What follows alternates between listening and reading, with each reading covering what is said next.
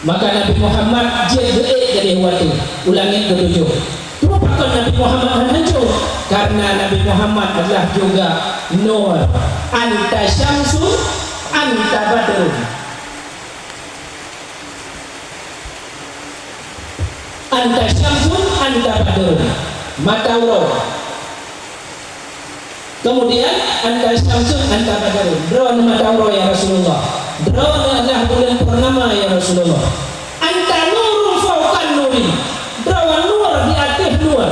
Berarti Rasulullah cahaya di atas cahaya. Maka Rasulullah ada tempuh boleh ulangi tujuh untuk berjumpa dengan Allah Subhanahu wa taala. Akan tetapi walaupun Rasulullah kata ulangi ketujuh berjumpa dengan Allah, bukan berarti Allah balangit ketujuh.